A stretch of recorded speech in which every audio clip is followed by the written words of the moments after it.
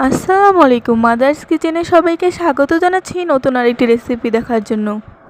আজকে আমি বানিয়ে দেখাবো কাঁচা আমের টক ঝাল মিষ্টি আচার।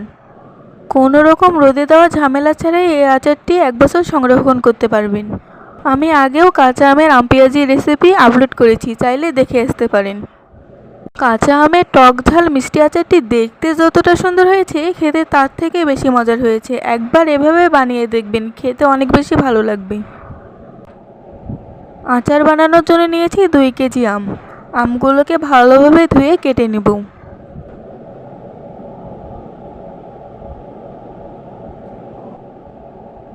আমগুলো কেটে নিয়েছি, ভালোভাবে ধুয়ে নিয়েছি আবারও।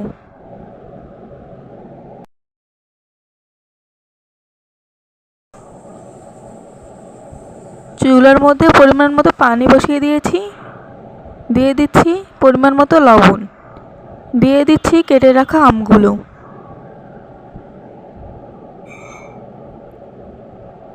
আমগুলো সবগুলো দেওয়া হয়ে গিয়েছে। ঢাকনা দিয়ে ঢেকে দেব 5 মিনিটের জন্য। 5 মিনিট সিদ্ধ করলে হয়ে যাবে। ফিরে এলাম 5 মিনিট পর।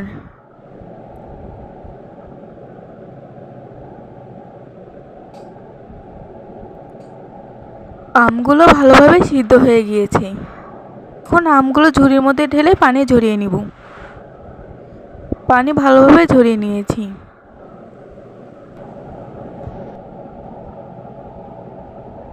চুলার মধ্যে কড়াই বসিয়ে দিয়েছি। দিয়ে দিচ্ছি রান্নার 1 কাপ তেল। তেল গরম হওয়া পর্যন্ত অপেক্ষা করব। তেল গরম হয়ে গিয়েছে, দিয়ে দিচ্ছি পাঁচফোড়ন। দিয়ে দিচ্ছি রসুন কুচি। পাঁচফোড়ন আর রসুন কুচি দিলে আচারের টেস্ট ভালো আসে। কিছুক্ষণ ভেজে নিব ভালোভাবে। ভালোভাবে ভাজা হয়ে গেলে দিয়ে দেব সিদ্ধ করে রাখা আমগুলো। দিয়ে দেওয়া হয়ে গেলে ভালোভাবে নেড়ে দিব।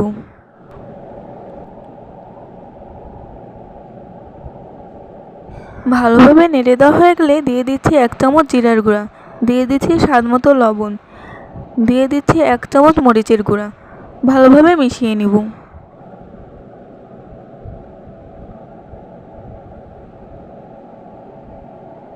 দিয়ে দিব 250 গ্রাম চিনি। চিনির পরিমাণটা আপনারা বাড়িয়ে কমিয়েও দিতে পারেন। ভালোভাবে মিশিয়ে নিব।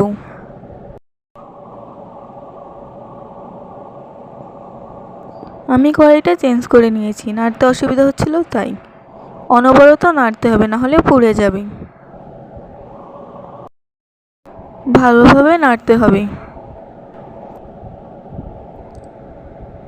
ভালোভাবে নাড়া হয়ে গেলে এই পর্যায়ে দিয়ে দেব 2 চামচ ভিনেগার। ভিনেগার দিয়ে ভালোভাবে নেড়ে নেব।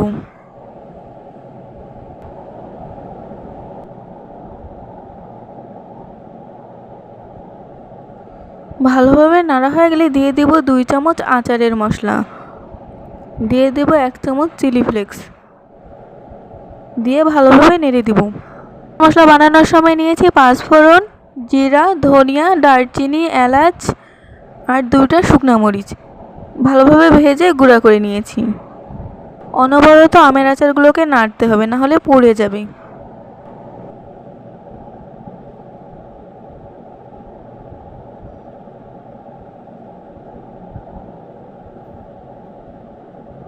যতক্ষণ পর্যন্ত আচারের কালারটা সুন্দর আসবে না, ততক্ষণ রান্না করে নিতে হবে।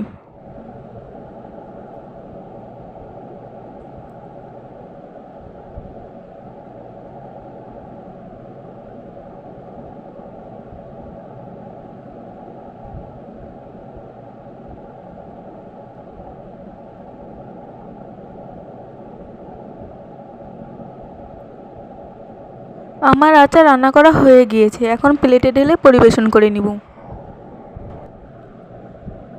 দেখেই নিশ্চয়ই বুঝতে পারছেন আচারটা কত সুন্দর হয়েছে। দেখতে যতটা সুন্দর হয়েছে, খেতে তার থেকে বেশি মজার হয়েছে। একবার এভাবে আচার বানিয়ে দেখবেন, খেতে অনেক ভালো লাগবে। আর এই আচারটা বানিয়ে 1 বছরের মতো সংরক্ষণ করতে পারবেন।